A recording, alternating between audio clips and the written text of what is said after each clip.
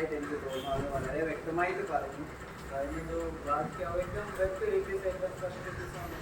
ആത്മാവിന്റെ രക്ഷ തന്നെയാണ് സഹോദരങ്ങളെ പറയുന്നത്. തീത്തോസ് അവിടെ പറയുമ്പോൾ ഒരു കാര്യം കൂടെ കൂട്ടിച്ചേർത്തായിട്ട് എനിക്ക് തോന്നുന്നു.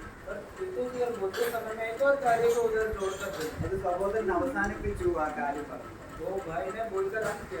അത് വായിക്കാം. തീത്തോസ് 3:5.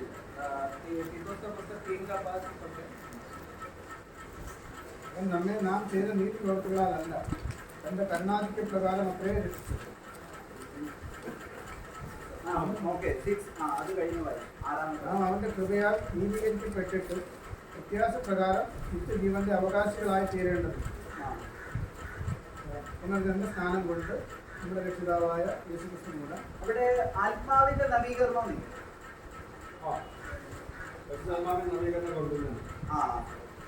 ആ വാക്യമാണ്. കാരണം ഇംഗ്ലീഷിൽ അവിടെ 5ാമത്തെ വാക്യം, മലയാളത്തിൽ.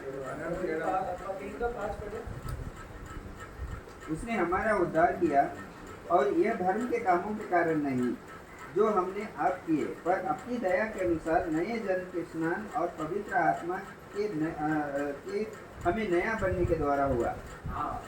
അപ്പം നമ്മുടെ വചനത്താലുള്ള ജനനം ആണ് യഥാർത്ഥമായിട്ടുമുള്ള ജീവിതജനം.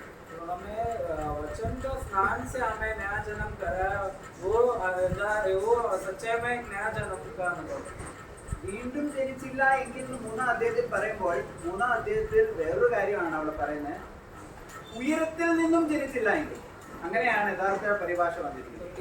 यूहन्ना 3 में हम पढ़ते समय में नया जन्म का विषय में लिखते समय में, फिर असली परिभाषा में हम देखते समय में वो ऊपर से अगर तुम जन्म नहीं लिए तो നമ്മൾ ഭൂമിയിൽ നിന്നും ജനിച്ചവരാണ് ശാരീരികമായി. शारीरिक रीति से तो भूमि से हम जन्मे हैं, എന്നാൽ നമ്മൾക്ക് വീണ്ടും ജന്മം സംഭവിക്കുന്നത് ഉയരത്തിൽ നിന്നുമാണ്. हमारा नया जन्म जब होता है वो स्वर्ग से ऊपर से.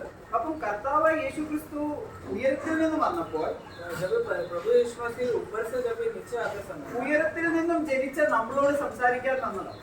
ऊपर से जन्म लिए हुए हमसे बात करने के लिए प्रभु. എന്നാൽ അവിടെ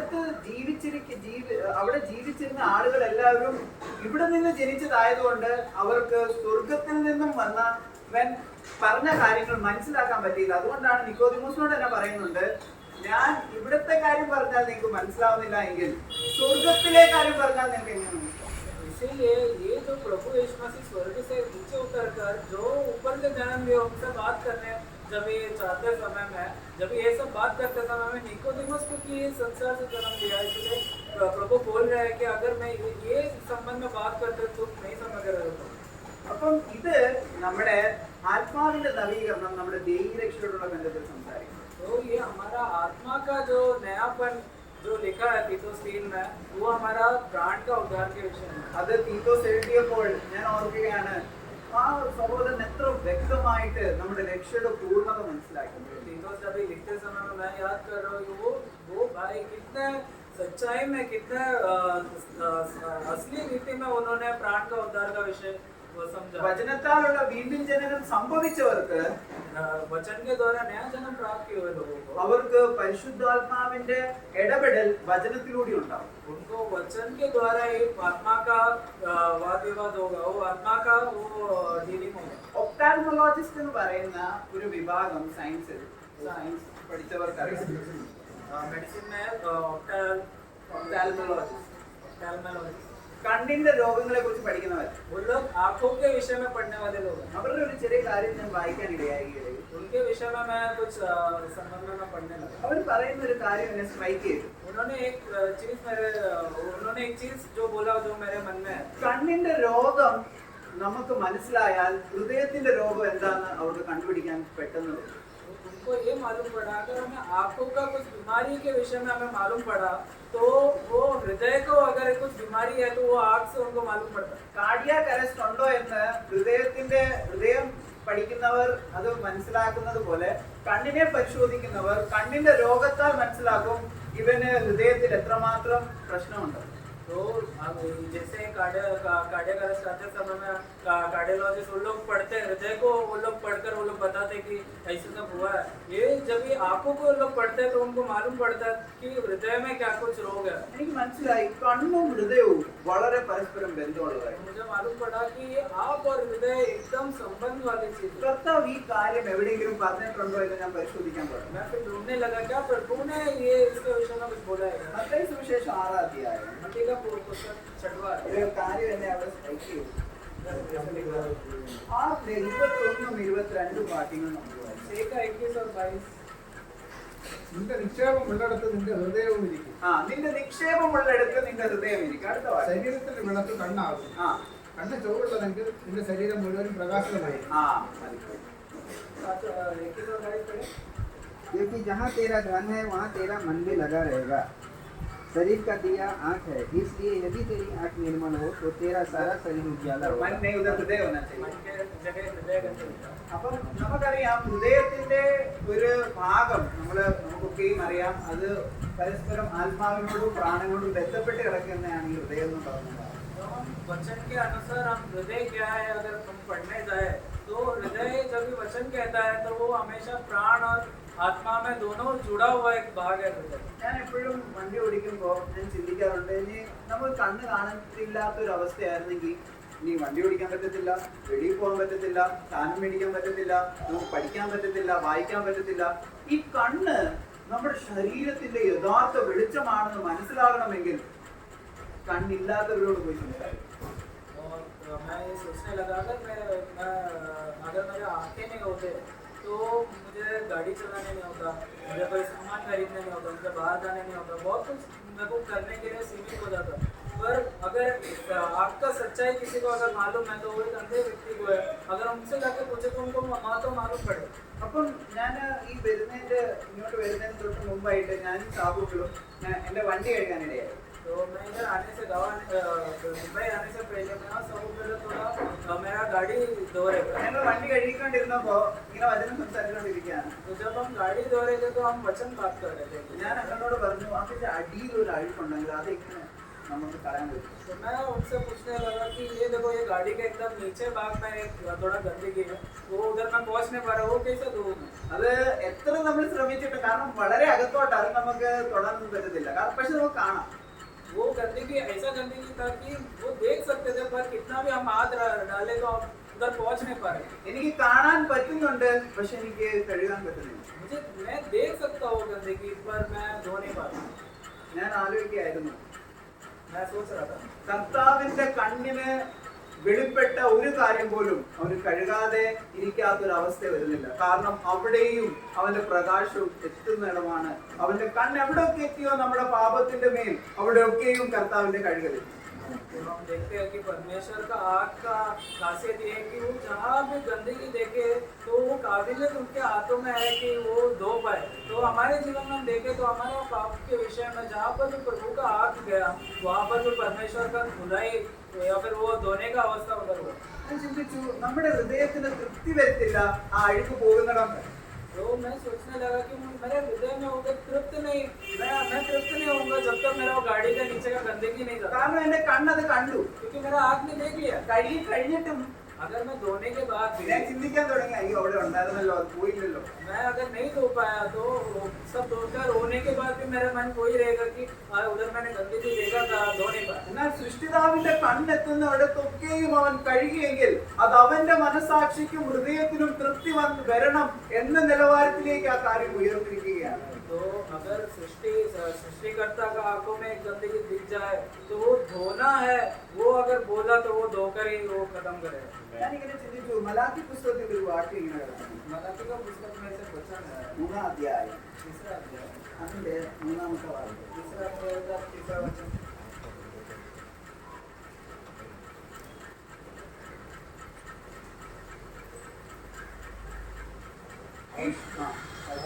കഴിക്കുന്നത് പോലെ വെള്ളി ചുറ്റി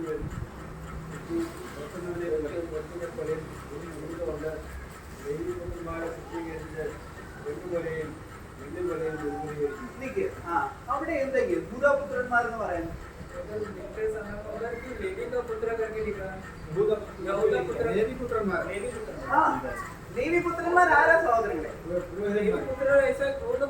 ഇവർ ആരാധനയുടെ തൊട്ടടുത്ത് നിൽക്കുന്ന ദൈവത്തെ നേരിട്ട് ആരാധിക്കുന്ന ഒരു കൂട്ടരാണ് ലേവി ഗോത്രം. लेवी का गोत्र या फिर लेवी का पुत्र जब बोलते समय में वो आराधना में एकदम निकट रहने वाले लोग हैं, लेवी का कुटुंब और लेवी का पुत्र. അപ്പോൾ പൊന്നിനെ ഊതിക്കഴിക്കുന്നവൻ അല്ലെങ്കിൽ വെള്ളിയെ ഊതിക്കഴിക്കുന്നവൻ അവിടെ ഇരുന്നു കൊണ്ട് ലേവി പുത്രന്മാരുടെ മലിനതകൾ അവൻ കഴുകുമ്പോൾ അവന്റെ കണ്ണെത്തുന്ന എല്ലായിടത്തും അവനത് കഴുകും. तो जब ये लेवी पुत्रों को അവൻ റിഫൈൻ ചെയ്യും, അത് ശുദ്ധമാക്കും. लेवी पुत्र को जैसे चांदी को साफ या फिर पवित्र करने के जैसा अगर एक व्यक्ति करता है, जब यहोवा वैसा बैठेगा लेवी पुत्र को साफ करने के लिए, तो वो एकदम पवित्र होकर ही बाहर निकलेगा. എന്തിനാ ഇവരെ ഇങ്ങനെ ചെയ്യുന്നതെന്ന് അറിയാമോ? तो ऐसा क्यों उन लोग ऐसा कर रहे हैं?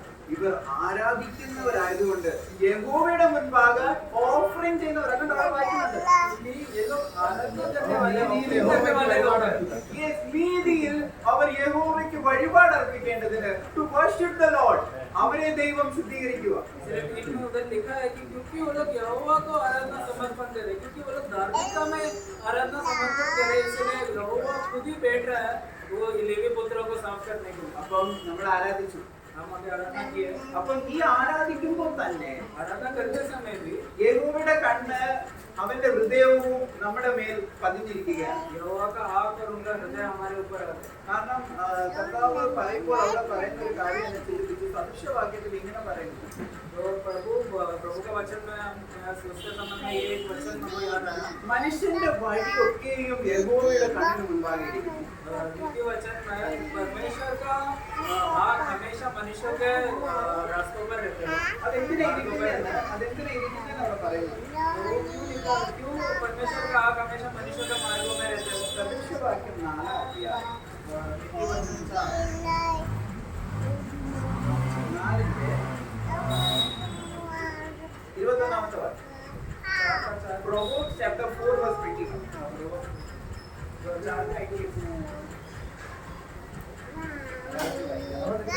അവർ നിന്റെ ദൃഷ്ടിയിൽ നിന്ന് മാറിപ്പോകരുത്, നിന്റെ ഹൃദയത്തിൽ നിന്ന് നടുവിൽ അവയെ സൂക്ഷിച്ചു വയ്ക്കുക.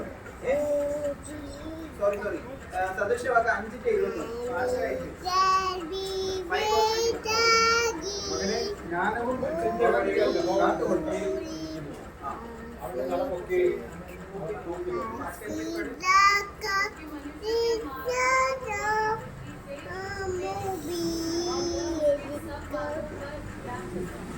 അതാ ട്രാൻസ്ലേഷൻ വളരെ വ്യക്തമായിട്ട് വന്നു.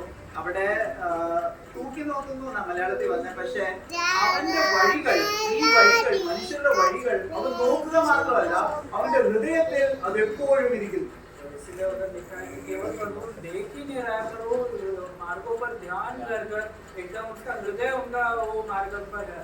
അപ്പം ദൈവം ഇങ്ങനെ നോക്കുമ്പോൾ മനുഷ്യരുടെ ഹൃദയം മനുഷ്യരെ നോക്കുമ്പോൾ എന്തായിരിക്കും കാണുന്നത്? यदि परमेश्वर मनुष्य की ओर देखते समय में क्या दिखता है? അടുത്ത വാക്യം अगला वचन 22-ാമത്തെ വാക്യം. 22. ആ yes. ഈ ദൈവം നോക്കുമ്പോൾ ദൈവത്തിന്റെ തീഷ്ണതയുള്ള കണ്ണ് നോക്കുക. He is seeing our sin. അവൻ നമ്മുടെ പാപങ്ങളെ നോക്കുക. तो जब भी दुष्ट अपना देखते समय में वो खुद का पाप को देख रहा है. അപ്പം ദൈവം നോക്കുമ്പോൾ परमेश्वर उसका खुद का पाप को देखते അപ്പം समय ദൈവം നോക്കുന്ന കാര്യം ഈ മനുഷ്യനെ വെളിപ്പെടുത്തണം. जो परमेश्वर को दिख रहा है उसका पाप को मनुष्य को प्रकट करना. അപ്പം ദൈവം നോക്കിയിട്ട് ദൈവം നോക്കി ശരിയാണല്ലോ ഇവൻ പാപിയാണല്ലോ എന്ന് നോക്കിയിട്ട് പിന്മാറുന്നവനല്ല, ഈ മനുഷ്യനോട് പറയണം that you are a sinner. ബോധ്യപ്പെടുത്തണം. Yes. जब भी अगर परमेश्वर अगर एक व्यक्ति का पाप देखता है तो वो परमेश्वर का हृदय में ये बोझ आ जाता है कि वो बोले मनुष्य को कि हाँ तूने पाप किया, तूने पाप किया. സഹോദരന്മാരെ, നമ്മൾ പ്രാർത്ഥിക്കുന്നത് വചനം സംസാരിക്കാൻ വേണ്ടിയാണ്. तो भाइयों, जब भी हम प्रार्थना करते हैं सिर्फ केवल हमें वचन बात करने के लिए हम प्रार्थना नहीं करते. ദൈവം കാണുന്ന കാര്യം എന്റെ ഉള്ളങ്ങളിൽ ദൈവം കാണിക്കണമേ എന്നായിരിക്കണം നമ്മൾ പ്രാർത്ഥന. परमेश्वर देखने वाला चीज जो मेरा हृदय में जो मुझे नहीं दिख रहा, वो प्रभु मुझे प्रकट करे. ഇത് പൗലോസ് മനസ്സിലാക്കിയപ്പോൾ പൗലോസ് പറയുകയാണ്. ये जब भी पौलुस समझा तो पौलुस कह रहा है. നമ്മൾ ഇന്ന് വായിച്ച വാക്യം തന്നെയാണ് എഫേസ്യ ലേഖനം 1-ാം അധ്യായം. एफेसियों का पुस्तक ये पहला अध्याय 1-ന്റെ 17-ഉം 18. 17 और 18. കർത്താവായ യേശുക്രിസ്തുവിന്റെ ദൈവവും മഹത്വമുള്ള പിതാവായവൻ ഏത് കന്യമർത്തുന്ന പരിജ്ഞാനത്തിൽ ഞാനിങ്ങനെ വെളുപ്പാവിനെ വാൽപ്പാവിനെ തരേണ്ടത് അവിടെ കണ്ടോ ഹൃദയ ദൃഷ്ടി, അവിടെ ആ വേർഡ് കറക്റ്റ് വന്നു. ഹൃദയവും കണ്ണും തമ്മിൽ യോജിക്കുന്ന ഒരു ഭാഗം അവിടെ വന്നു. और तुम्हारे मन की आंखें निर्णय हो कि तुम जान लो कि उसके दिलाने से कैसी आशा होती है। അപ്പൊ मन की आंखें मतलब हृदय की जो आंख और हृदय और आंख में एक संबंध है। അപ്പം വിളിയുടെ ആശ എന്താണെന്ന് ഹൃദയ ദൃഷ്ടി പ്രകാശിപ്പിക്കണമെന്ന് പറഞ്ഞ അതിന്റെ അർത്ഥം എന്തുവാ? तुम्हारा बुलावट का क्या आशा है ये समझने के लिए तुम्हारा हृदय का दृष्टि, जब हृदय का आंख प्रकाशित हो जब बोलते समय में उसका मतलब क्या है? ഞാൻ പിന്നെ ദൂരെ നിൽക്കുവാണെങ്കിൽ പിന്നെ ഞാൻ വിളിക്കുക, പിന്നീന്ന് പറഞ്ഞ് വിളിക്കുമ്പോ जब मैं फिनी को दूर देखते समय मैं फिनी करके बोला करना उसको पास बुलाऊंगा। അപ്പം വിളിക്കുമ്പോൾ അപ്പം ആ കേൾക്കുന്ന ആള് മനസ്സിലാക്കുന്ന ഒരു കാര്യം എന്നെ ആരോ വിളിച്ചു എന്ന്. तो जो सुनने वाला व्यक्ति उसको समझ में आता है कि मुझे कोई तो बुलाया है। എന്നാൽ ദൈവം നമ്മളെ വിളിച്ചു എന്ന കാര്യം വ്യക്തമാക്കുന്നത് പരിശുദ്ധാത്മാവ് നമ്മുടെ ഹൃദയങ്ങളിൽ വ്യക്തമാക്കുമ്പോൾ നമ്മുടെ ഹൃദയത്തിന്റെ ദൃഷ്ടി പ്രകാശിക്കുമ്പോഴേ അത് ചെയ്യാൻ പറ്റത്തുള്ളൂ. तो यदि परमेश्वर ने जो बुलावट से हमें बुलाया है वो हमारे हृदय तक पहुंचने के लिए पवित्र आत्मा एक व्यक्ति का हृदय का दृष्टि वो बढ़ाएगा तो ही उसे सुनाई देगा। നമ്മളിവിടെ എല്ലാവരും ക്ഷണികന്മാരാണ്, താൽക്കാലികം മാത്രം ജീവിക്കാൻ ഈ ലോകത്തിൽ നമ്മൾ വളരെ അല്പസമയം ജീവിക്കാനായിട്ട് ആയിരിക്കും. भाइयों हम केवल कुछ समय इस संसार में जीने के लिए आए हैं। നമുക്ക് അറിയത്ത് പോലും ഇല്ല ചിലപ്പോൾ ഒരു പക്ഷെ നാളെ എന്താ സംഭവിക്കുന്നത്. हम नहीं जानते कि कल क्या होगा, കാരണം അതിന്റെ പോലും അധികാരം കർത്താവിന്റെ കയ്യിലാണ്. क्योंकि वो कल जो होने वाला वो चीज का अधिकार जो परमेश्वर ने ജെ ജെ പാക്കർ എന്ന് പറയുന്ന ഒരു ദൈവദാസൻ ഇങ്ങനെ പറഞ്ഞു, जे पैकर करके परमेश्वर का दास ऐसा कहता है ദൈവത്തിന്റെ അധികാരമുള്ള ലോകത്തിൽ നടക്കുന്ന കാര്യത്തെ ഓർത്ത് ഞാൻ വളരെയധികം സന്തോഷിക്കുന്നു. परमेश्वर का अधिकार होने वाला संसार के बारे में, भूमि के बारे में सोचकर मैं और भी अधिक आनंद करता हूँ, കാരണം ഞാൻ അവിടെ വളരെ സുരക്ഷിതനാണ്. क्योंकि मैं वहाँ पर एकदम सुरक्षित എന്റെ हूँ। ഭാവി സുരക്ഷിതമാണ്. मेरा जो भविष्य है वो सुरक्षित है। എന്നാൽ അവിശ്വാസിയോടുള്ള ബന്ധത്തിൽ ആ ലോകം ഭരിക്കുന്ന അല്ലെങ്കിൽ സ്വർഗലോകം ഭരിക്കുന്ന വ്യക്തി അവർക്കൊരു ടെറർ ആയിരിക്കും. കാരണം അവരുടെ ഭവിഷ്യം എന്തുവാണെന്ന് അവർക്ക് അന്ന് മനസ്സിലാവും. पर एक मूर्ख व्यक्ति या फिर एक संसारिक व्यक्ति को उसका भविष्य क्या है उसको नहीं पता, क्योंकि वो भविष्य में एकदम भयानक भविष्य है। നമ്മൾ എപ്പോഴും കേൾക്കുന്ന ഒരു വാക്യം, ആണ്ടിന്റെ ആരംഭം മുതൽ അവസാനം വരെയും യഹോവയുടെ ദൃഷ്ടി അവരുടെ മേൽ, നമ്മുടെ മേൽ, തന്റെ ഭക്തന്മാരുടെ മേലിരിക്കുന്നു. तो हम हमेशा सुनते हैं कि साल का शुरुआत से अंत तक परमेश्वर का दृष्टि हमारे ऊपर रहता है। അപ്പം ദൈവം നമ്മളോട് ചെയ്യുന്ന കാര്യം, परमेश्वर हमारे जीवन में करने वाला कार्य നമ്മളിലുള്ള അകൃത്യം നമ്മളെ വെളിപ്പെടുത്തുക എന്നതാണ് ദൈവം ആദ്യം നമ്മളോട് ചെയ്യുന്നത്. हमारे अंदर का पाप और हमारे अंदर का रोग को प्रकट करने वाला काम है प्रभु हमारे നമ്മൾ अंदर पैदा करता है। പ്രാർത്ഥിക്കാനിരിക്കുമ്പോൾ പൊതുവെ മനുഷ്യരുടെ ഒരു സ്വഭാവം, ഞാൻ പോലും ചെയ്ത കാര്യമായതുകൊണ്ട് എനിക്ക് മനസ്സിലാവുന്നത്, നമുക്ക് പൊതുവെ ഒരു സ്വഭാവമാണ് നമ്മുടെ ജഗത്തിൽ ഇഷ്ടപ്പെടുന്ന ആളുകൾക്ക് വേണ്ടി നമ്മൾ പ്രാർത്ഥിക്കുകയും അവരെ സൂക്ഷിക്കുകയും അല്ലെങ്കിൽ ആ ഒരു ബന്ധത്തിൽ നമ്മൾ വളരെയധികം ജാഗ്രതപൂർണരായി നമ്മൾ പ്രാർത്ഥിക്കുന്ന സന്ദർഭങ്ങൾ. तो हम प्रार्थना में बैठते समय में हम ऐसा प्रार्थना कर बैठते हैं कि हम हमारे चाहने वालों को, हमारे कुटुंब के लिए, हम जो पसंद करते हैं उनके लिए हम प्रार्थना करने का अवसर पर हम आते हैं। എന്നാൽ ഞാൻ ആരാണെന്നുള്ളൊരു ബോധ്യം എനിക്ക് മനസ്സിലാവണമെങ്കിൽ ഞാൻ അവന്റെ മുൻപാകെ പ്രാർത്ഥിക്കാനിരിക്കുമ്പോൾ ദൈവം, ഈ ലോകം സൃഷ്ടിച്ച ദൈവം, നമ്മുടെ ഹൃദയത്തെ സൃഷ്ടിച്ച ദൈവം നമ്മളോട് പറയാൻ ആഗ്രഹിക്കുകയാണ്, നിന്റെ ഹൃദയത്തിൽ ഇപ്പോൾ എന്താ നടക്കുന്നത്. तो पर जब हम प्रार्थना करते हैं उस समय में हमें पहला ये जांच करना कि परमेश्वर जो संसार को निर्माण किया है, जो मेरा हृदय को निर्माण किया है, वो क्या मेरे हृदय के बारे में बोलना चाहता है, मेरे बारे में क्या बोलना चाहता है, वो हमें सुनना चाहता है। അപ്പം ദൈവം നമ്മുടെ ഹൃദയത്തിൽ പ്രകാശിപ്പിക്കുന്ന കാര്യം, जो परमेश्वर हमारे हृदय में प्रकाशित करने वाला कार्य അത് നമ്മുടെ ഹൃദയത്തിൽ പ്രകാശമായി മാത്രം നിലകൊണ്ടാൽ, वो सिर्फ केवल एक रोशनी के स्वरूप ही हमारे हृदय में बस जाए तो അത് നമ്മുടെ നമ്മുടെ സംഗീത സഹോദരൻ പറഞ്ഞ പോലെ നമ്മുടെ സ്വഭാവത്തിന്റെ ഒരു ഭാഗമായില്ല എങ്കിൽ वो हमारा एक स्वभाव का एक भाग नहीं बनेगा। तो संजीव भाई मुझे से पूछे അത് നമ്മുടെ ജീവനോടുള്ള ബന്ധത്തിൽ നമുക്ക് ക്ഷീണം. हमारा प्राण का जीवन के अनुसार हम उधर कमजोर हो जाएंगे। നമുക്ക് ഒരു കാര്യം കൂടി പറഞ്ഞു. एक और कार्य में बोलकर हम करता है ഹവ്വ സൃഷ്ടിയോടുള്ള ബന്ധത്തിൽ, जब ये सृष्टि के विषय में संबंध में ഹവ്വ ദൈവം സൃഷ്ടിക്കുന്ന കണ്ടോ, परमेश्वर क्या हवा सृष्टि ഹൗവ ദൈവം സൃഷ്ടിക്കുന്ന കാര്യം ഹൗവ കണ്ടോ? हाँ, परमेश्वर ने जो कुछ निर्माण किया क्या वो हवा ने देखा क्या? ഇല്ല. ആദം കണ്ടോ? क्या आदम देखा क्या? ആദം കണ്ടു. നമുക്കത് വായിക്കാം. ഉൽപ്പത്തി പുസ്തകം 2-ാം അധ്യായം. ഉൽപ്പത്തി പുസ്തകം 2-ാം അധ്യായം. उत्पत्ति का पुस्तक दूसरा अध्याय। നമുക്ക് 8-ാമത്തെ 9-ാമത്തെ വാക്യം വേഗത്തിൽ വായിക്കാം. 8वां और 9वां वचन हिंदी में पढ़ेंगे। അനന്തരം യഹോവയായ ദൈവം കിഴക്ക് ഏതെങ്കിലും ഒരു തോട്ടമുണ്ടാക്കി താൻ സൃഷ്ടിച്ച മനുഷ്യനെ അവിടെ ആക്കി കാണുവാൻ ഭംഗിയുള്ളതും തിന്നാൻ നല്ല ഫലമുള്ളതുമായ ഓരോ വൃക്ഷവും തോട്ടത്തിന്റെ നടുവിൽ ജീവവൃക്ഷവും നന്മ തിന്മകളെ കുറിച്ചുള്ള അറിവിന്റെ വൃക്ഷവും യഹോവയായ ദൈവം നിലത്ത് നിന്ന് മുളപ്പിച്ചു. ഓക്കെ. അപ്പം 7-ാമത്തെ വാക്യത്തിൽ നമ്മൾ വായിക്കുന്ന ഒരു കാര്യം ഒന്ന് വായിച്ച്. 7-ാമത്തെ വാക്യം. 7वां യഹോവയായ ദൈവം നിലത്തെ പൊടി കൊണ്ട് മനുഷ്യനെ നിർമ്മിച്ചിട്ട് അവന്റെ മൂക്കിൽ ജീവശ്വാസം ഊതി മനുഷ്യൻ ജീവനുള്ള വേദിയായി തീർന്നു. 8-ാമത്തെ വാക്യത്തിൽ എന്താ ഒരു സൃഷ്ടി നടക്കുന്നില്ലേ?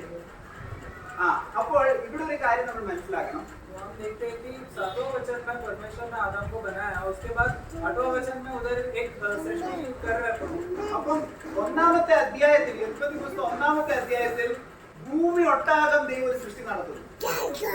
उत्पत्ति 1 में हम देखते समय पूरा भूमि का या फिर पूरा धरती का निर्माण के विषय में देखते हैं। എന്നാൽ ഏദൻ എന്ന തോട്ടത്തിൽ ദൈവം മനുഷ്യനെ ആക്കിയതിനു ശേഷം അവൻ വീണ്ടും ഒരു സൃഷ്ടി നടത്തുന്നത് എന്തിനാന്ന് ഞാൻ പറയാം. तो एदन जो बगीचे में जब मनुष्य को रखने के बाद उधर वापस एक सृष्टि प्रभु कर रहा है वो ഇനി मैं बता ഇനി 7-ാമത്തെ വാക്യത്തിൽ മനുഷ്യനെ സൃഷ്ടിച്ചതിന് ശേഷം നമ്മൾ വായിക്കുന്നു. എന്നിട്ട് നമ്മൾ വായിക്കുന്നു അതിന്റെ 19-ാമത്തെ വാക്യം. 7वां वचन पढ़ने का യഹോവയായ 19वां ദൈവം वचन ഭൂമിയിലെ സകല മൃഗങ്ങളെയും ആകാശത്തെ എല്ലാ പറവകളെയും നിലത്ത് നിന്ന് നിർമ്മിച്ചിട്ട് മനുഷ്യൻ അവയ്ക്ക് എന്ത് പേരിടുമെന്ന് കാണുവാൻ അവന്റെ മുമ്പിൽ വരുത്തി. സകല ജീവജന്തുക്കൾക്കും മനുഷ്യൻ ഇട്ടത് അവയ്ക്ക് പേര്. 20-ാമത്തെ വാക്യം. മനുഷ്യൻ എല്ലാ കന്നുകാലികൾക്കും ആകാശത്തിന്റെ പറവകൾക്കും എല്ലാ കാട്ടുമൃഗങ്ങൾക്കും പേരിട്ടു. എങ്കിലും മനുഷ്യന് തക്കതായ ഗുണ കണ്ടു കിട്ടിയില്ല. കണ്ടോ? അപ്പം ഇവിടെ ദൈവം സൃഷ്ടിക്കുന്ന ഏദൻ എന്ന തോട്ടത്തിലാണ്. इधर जो में जो निर्माण कर रहा है प्रभु वो एदन बगीचे में। അപ്പം ഈ ഏദൻ എന്ന തോട്ടത്തിൽ മനുഷ്യന്റെ കണ്ണിന് മുൻപാകെ സൃഷ്ടിക്കുമ്പോൾ ഈ മനുഷ്യന് ഒരു ഹെൽപ്പ് വേണം. जब भी एदन में जब भी ये सब निर्माण करते समय में मनुष्य को एक हेल्पर के समान कोई चाहिए। പക്ഷെ മനുഷ്യൻ ഒരു ഹെൽപ്പും ഈ ഒരു സൃഷ്ടിയിൽ നിന്നും മനുഷ്യന് കാണാൻ പറ്റിയില്ല. पर ये जो सृष्टि किया उसमें आदम को कोई अपने जैसा मिला नहीं। എന്തുകൊണ്ട് ആദമിനെ വഞ്ചിക്കാൻ പറ്റാത്ത സാത്താന്? क्यों शैतान को आदम को धोखा नहीं दे पाया? സാത്താൻ ഒന്നും പറയത്തില്ലായിരുന്നോ എങ്ങനെയുണ്ട് ഞാൻ സൃഷ്ടിച്ച ലോകം? शैतान आके आदम से बोल सकता था कि देखो मैंने जो निर्माण किया संसार कैसा लगा। അങ്ങനെ പറയാൻ ആദമിനോട് പറ്റത്തില്ല. क्योंकि शैतान आके वो धोखा आदम से नहीं कर सकता। കാരണം ആദം കണ്ടു ദൈവം സൃഷ്ടിക്കുന്നു. क्योंकि आदम ने ये सब देखा प्रभु निर्माण करते हुए। He is a creator God എന്ന് ആദമിന് അറിയാം. आदम जानता है कि ये निर्माण करता प्रभु है। എന്നാൽ ഹവ്വയ്ക്ക് അറിയില്ല. और हव्वा ने ये सब അത് नहीं देखा। കഴിഞ്ഞിട്ട് നമ്മൾ വായിക്കുന്നു इसके बाद फिर हम देखते हैं 21-22 21 और 22। ആകയാൽ യഹോവയായ ദൈവം മനുഷ്യന് ഒരു ഗാഢനിദ്ര വരുത്തി. അവൻ ഉറങ്ങിയപ്പോൾ അവന്റെ വാരിയലുകളിൽ ഒന്നെടുത്ത് അവന് പകരം മാംസം പിടിപ്പിച്ച് യഹോവയായ ദൈവം മനുഷ്യനിൽ നിന്ന് എടുത്ത വാരിയലിനെ ഒരു സ്ത്രീയാക്കി അവളെ മനുഷ്യന്റെ അടുക്കൽ കൊണ്ടുവന്ന് അപ്പോൾ മനുഷ്യൻ ഇത് ഇപ്പോൾ എന്റെ അസ്ഥിയിൽ നിന്ന് അസ്ഥിയും എന്റെ മാംസത്തിൽ നിന്ന് മാംസവുമാകും. മതി. ഈ 2-ാമത്തെ അധ്യായം എന്തുവാ സഹോദരങ്ങൾ? दूसरा अध्याय 10 में क्या है? ഈ 1-ാമത്തെ അധ്യായത്തിൽ നമ്മൾ വേറൊരു കോൺട്രഡിക്ഷൻ അവിടെ വരുന്നത് ദൈവം 6-ാമത്തെ ദിവസത്തിൽ ആണും പെണ്ണുമായി സൃഷ്ടിച്ചു എന്ന കാര്യം വരുന്നുണ്ട്. तो पहला अध्याय और दूसरा अध्याय में जो हम हमेशा वो बात बोलते हैं कि पहला अध्याय में प्रभु ने मनुष्य को पुरुष और स्त्री करके बनाया था। ഈ 6-ാമത്തെ ദിവസം 6वें दिन में ഈ ദൈവം ഏദൻ തോട്ടത്തിൽ സൃഷ്ടിച്ചത് जो एदन बगीचा में प्रभु ने बनाया എത്ര വലിയൊരു ദിവസമാണെന്ന് നമുക്കറിയത്തില്ല. कितना बड़ा दिन था हम नहीं जानते। ആദമിൽ ഹവ്വ ഉണ്ടായിരുന്നു എന്ന് നമുക്ക് വിശ്വസിച്ചേ പറ്റും. हम विश्वास कर सकते हैं कि आदम में हव्वा था। ആദമിനെ സൃഷ്ടിച്ചപ്പോൾ ഹവ്വ അതിലുണ്ടായിരുന്നു. आदम को सृष्टि करते समय में हव्वा उसके अंदर थी। കർത്താവ് യേശുക്രിസ്തുവിന്റെ മരണത്തിൽ നമ്മളെ കൊണ്ടുവരാൻ तो प्रभु यीशु मसीह के मृत्यु में हमें लेकर आने के लिए കർത്താവ് യേശുക്രിസ്തുവിന് ഒരു ഗാഢനിദ്ര വരുത്തി. प्रभु यीशु मसीह को एक बहुत बड़ा नींद देकर ആ നിദ്ര വേദനയില്ലാത്ത നിദ്രയല്ലായിരുന്നു. वो एक ऐसा नींद नहीं था कि जो कोई वेदना नहीं, ऐसे सोना वैसा निद्रा नहीं। ആ വേദനയിൽ ഉളവായതാണ് നമ്മൾ. पर यीशु मसीह का निद्रा मतलब वो जब मृत्यु चका वो उसके द्वारा हम उत्पन्न हुए, हवा उत्पन्न हो वैसा हम उत्पन्न हुए। അപ്പം ഈ ജനനം ये जो जन्म जो हुआ നമ്മൾ ഒരുമിച്ച് ജനിച്ച കാര്യം ദൈവം കാണുകയാണ് പുത്രനിൽ അവന്റെ ക്രൂശിൽ. तो ये जो हम साथ में जन्म लिया हुआ कार्य परमेश्वर उस पर देख रहा है। നാ കാലാകാലങ്ങളിലായി पर एक एक समयों के बाद നമുക്ക് അത് റിയലൈസ് ആവുമ്പോൾ हमें जब भी वो प्रकटीकरण मिलता है, നമ്മൾ ഈ 2000 വർഷങ്ങൾക്ക് മുൻപ് അറുക്കപ്പെട്ട കുഞ്ഞാടിനെ വീണ് മഹത്വപ്പെടുത്തുന്ന ഒരു സംവിധാനം, ഒരു സന്ദർഭമാണ് നമ്മൾ ഇന്ന് മേശയിൽ കണ്ടത്. वो हम देखते हैं कि देश में हम देखते हैं कि 2000 साल पहले वध हुआ मेमने को हम गिर कर आराधना करते ഇത് हैं। 1 2 അധ്യായം ഒന്നുകൂടെ നിങ്ങൾ പഠിക്കണം. एक और दो अध्याय एक और बार ഒരു अच्छे से കാര്യം पढ़कर ഒരു हम കാര്യം पढ़ना है। ഞാൻ ഒരു കാര്യം പറയാം. ഇത് എന്റെ ഒരു ഇത് ആണോ എന്ന് ഞാൻ ബാൻസ് കമന്ററി അല്ലെങ്കിൽ 2-3 കമന്ററി ഞാനൊന്ന് പരിശോധിച്ചപ്പോൾ ഞാൻ എനിക്ക് ഷോക്കായ കാര്യം ആ സഹോദരന്മാർ പോലും ഇതിനോട് യോജിക്കുന്നു. तो मैं देखता हूँ ये जो मैं कार्य जो विश्वास करता हूँ ये दूसरा भाई लोग भी करते हैं क्या, मैं देखते समय में दूसरा कमेंट्री बांस कमेंट्री से मैं पढ़ते समय में मुझे ये अचंभित चीज मालूम पड़ा कि वो लोग भी यही विश्वास में है। ഇത് എന്തുകൊണ്ടാണ് ഇവിടെ രണ്ട് ഒരു സൃഷ്ടി ഇവിടെ നടന്നെന്നുള്ളത് വിശ്വസിക്കാനുള്ള 1-2 കാര്യങ്ങൾ എല്ലാം പറയുന്നില്ല എന്നാൽ ഒരു കാര്യം അതിൽ പറയട്ടെ. നിങ്ങൾ പിന്നെ വായിച്ചാൽ മതി. 2:19 ദൈവം ആകാശത്തിലെ പറവകളെ ഈ ഭൂമിയിൽ നിന്നാണ് സൃഷ്ടിച്ചത് ഏതൻ തോട്ടത്തിൽ. എന്നാൽ 1-ാമത്തെ 20-ാം വാക്യത്തിൽ നമ്മൾ കാണുന്നു ആകാശത്തിലെ പറവകളെ ദൈവം വെള്ളത്തോട് കൽപ്പിക്കുമ്പോൾ വെള്ളത്തിൽ നിന്നുള്ള ജീവജാലങ്ങൾ മാത്രമല്ല ആകാശത്തിൽ പറക്കുന്ന ജീവജാലങ്ങളും അവിടെ ഉളവാകുകയാണ്. എന്നാൽ 2-ാം അധ്യായത്തിൽ അങ്ങനെയല്ല സംഭവം. हम देखते समय में हम दोनों अध्याय का अंतर हम देखते समय में पहला अध्याय में जब भी परमेश्वर चिड़ियों को बनाता है तो पानी से कहता है कि तुम में से चिड़िया उत्पन्न हो जाए, तो पानी में से चिड़िया उत्पन्न होकर उड़ने लगता है। पर दूसरा अध्याय में हम पढ़ते समय में उधर लिखा है कि भूमि से वो चिड़िया लोग बनकर उठे।